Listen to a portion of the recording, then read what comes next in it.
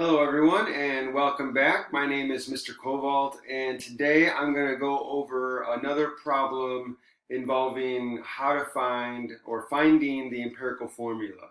Okay, so in a previous video I had gone over what the steps are and I did apply it to a problem, but now we're going to apply it to another problem. And so I'm going to walk through the steps. So in a problem where they are asking you to find the empirical formula, typically they're going to give you a breakdown of the elements in the formula and then ask you to find the empirical formula. So in this problem it says a compound containing nitrogen and oxygen is decomposed in the lab. Okay, so you know it's made up of only nitrogen and oxygen. And then they give you the information. It says it produces 24.5 grams of nitrogen and 70 grams of oxygen. And then they ask you to calculate the empirical formula.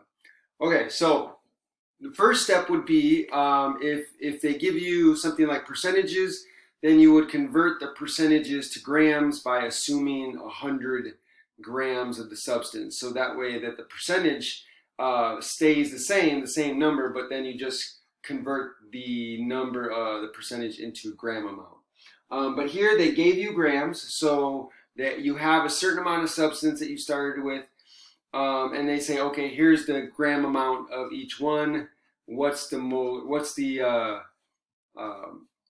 empirical formula? Now, so in order to get the empirical formula, you need a mole amount, right? Because the empirical formula relates the mole ratio in the formula itself. So like I said, with water, for example, so with water, H2O, the mole ratio of hydrogen and oxygen is 2 to 1.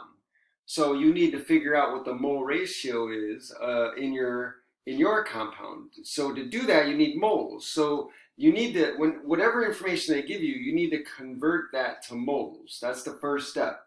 Okay, so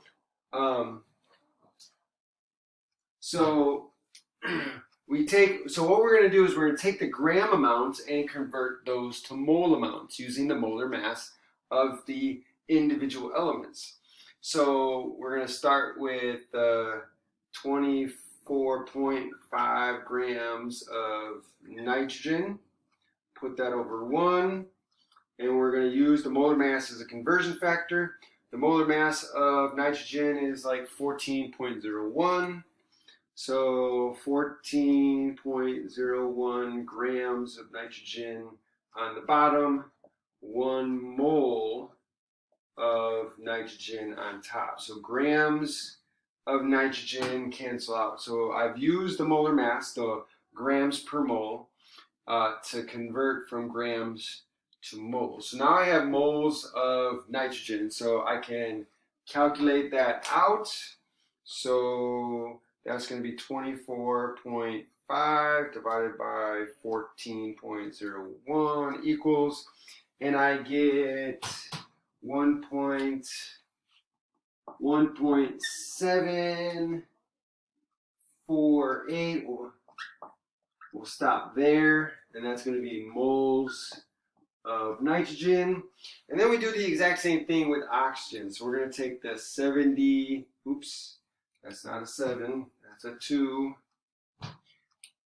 So we get 70.0 grams of oxygen over 1. And then we're going to multiply by the molar mass of oxygen, which is 16.00 grams of oxygen on the bottom, and 1 mole of oxygen on top. So grams of oxygen cancel out. Now I have moles of oxygen, so it can't, to calculate that, I'm going to do 70.0 divided by 16.00 equals, and I get 4.375. So here I get 4.375 moles of oxygen. So that's the first step, or first couple of steps.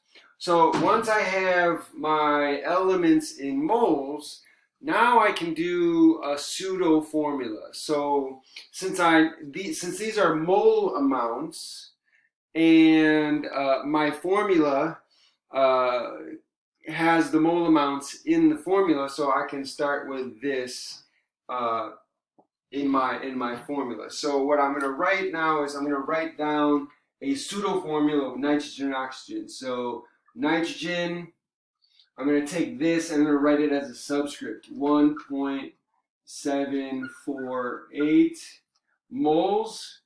And so then oxygen is going to be 4.375 moles. So that is the pseudo formula. Now, so what this formula says, and like all formulas, they say the number of moles, the relative number of moles of each element. So I have in this formula 1.748 moles of nitrogen, and I have 4.375 moles of oxygen. But that doesn't look very nice, and we like to have whole number ratios, right? Not these decimal numbers. So we need to clean this up by seeing, okay, what ratio can I get between these numbers, right? So if I divide by the smallest one, I will get a ratio between this one and this one. So we'll see. So 1.748 is the smallest, so I'm going to divide 748 by this. That's going to become 1. And then I'm going to get a ratio of 1 to something. And hopefully it turns out to be a whole number, then I'll be done. So then I divide this by 1.748. And that's going to give me a ratio of 1 to something.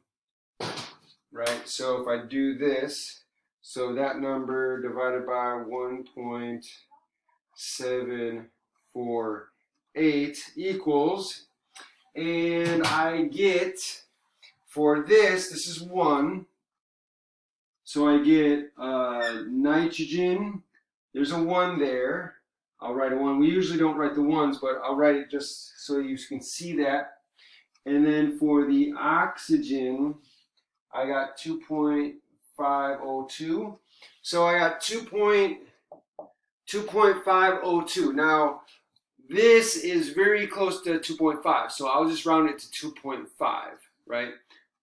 So I get 2.5. So it looks better. I have a 1 here instead of 1.748, and I have 2.5.